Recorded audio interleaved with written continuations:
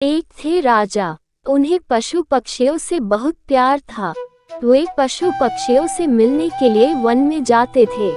हमेशा की तरह एक दिन राजा पशु पक्षियों को देखने के लिए वन में गए। अचानक आसमान में बादल छा गए और तेज तेज बारिश होने लगी। बारिश होने के कारण उन्हें ठीक से कुछ दिखाई नहीं दे रहा था। राजा रास्ता भटक गए।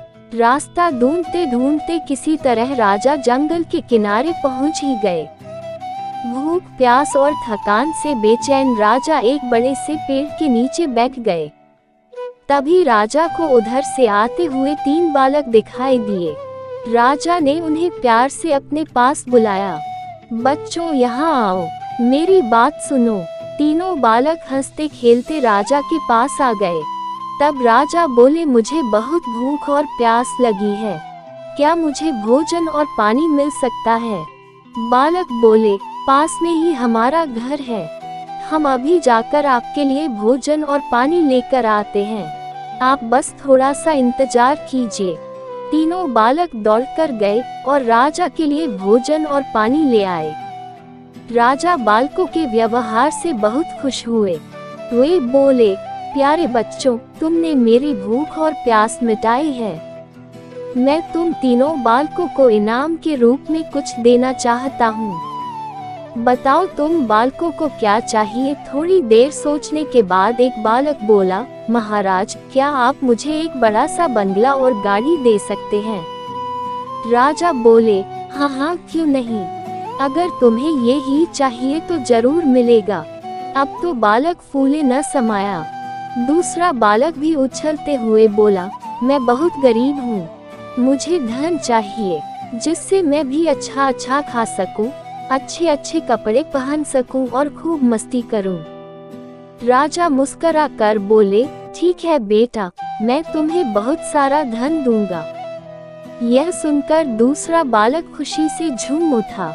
भला तीसरा बालक क्यों चुप रहता? वह भी बोला, महाराज, क्या आप मेरा सपना भी पूरा करेंगे? मुस्कुराते हुए राजा ने बोला, क्यों नहीं, बोलो बेटा, तुम्हारा क्या सपना है? तुम्हें भी धन दौलत चाहिए? नहीं महाराज, मुझे धन दौलत नहीं चाहिए, मेरा सपना है कि मैं पढ़ लिख कर विद्वान बनूं। क्या आप मेरे लिए कुछ कर सकते हैं? तीसरे बालक की बात सुनकर राजा बहुत खुश हुए। राजा ने उसके पढ़ने लिखने की उचित व्यवस्था करवा दी। वह मेहनती बालक था। वह दिन रात लगन से पढ़ता और कक्षा में पहला स्थान प्राप्त करता। इस तरह समय बीतता गया। वह पढ़ लिख कर विद्वान बन गया। राजा ने उसे राज्य का मंत्री बना दिया। बुद्धिमान होने के कारण सभी लोग उसका आदर सम्मान करने लगे। उधर जिस बालक ने राजा से बंगला और गाड़ी मांगी थी, अचानक बाढ़ आने से उसका सब कुछ पानी में बह गया।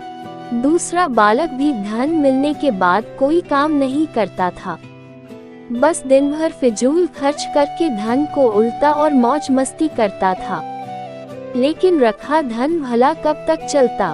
एक समय आया कि उसका सारा धन समाप्त हो गया। वह फिर से गरीब हो गया।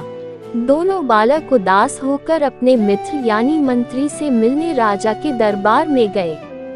वे दुखी होकर अपने मित्र से बोले, हमने राजा से इनाम मांगने में बहुत बड़ी भूल की। हमारा धन, बंगला, गाड़ी सब कुछ नष्ट हो गया। हमारे पास अब कुछ नहीं बचा है। मित्र ने समझाते हुए कहा, किसी के भी पास धन दौलत हमेशा नहीं रहता। धन तो आता जाता रहता है, सिर्फ शिक्षा है जो हमेशा हमारे पास रहती है। धन से नहीं बल्कि शिक्षा से ही हम धनवान बनते हैं। दोनों बालकों को अपनी गलती पर बहुत पछतावा हुआ। उन्होंने तय किया कि हम भी मेहनत और लगन से पढ़ाई करेंगे और अपने जीवन को सुखी बनाएंगे। अगर कहानी अच्छी लगे तो शेयर करें, लाइक करें, कमेंट करें और चैनल को सब्सक्राइब करना ना भूलें। धन्यवाद।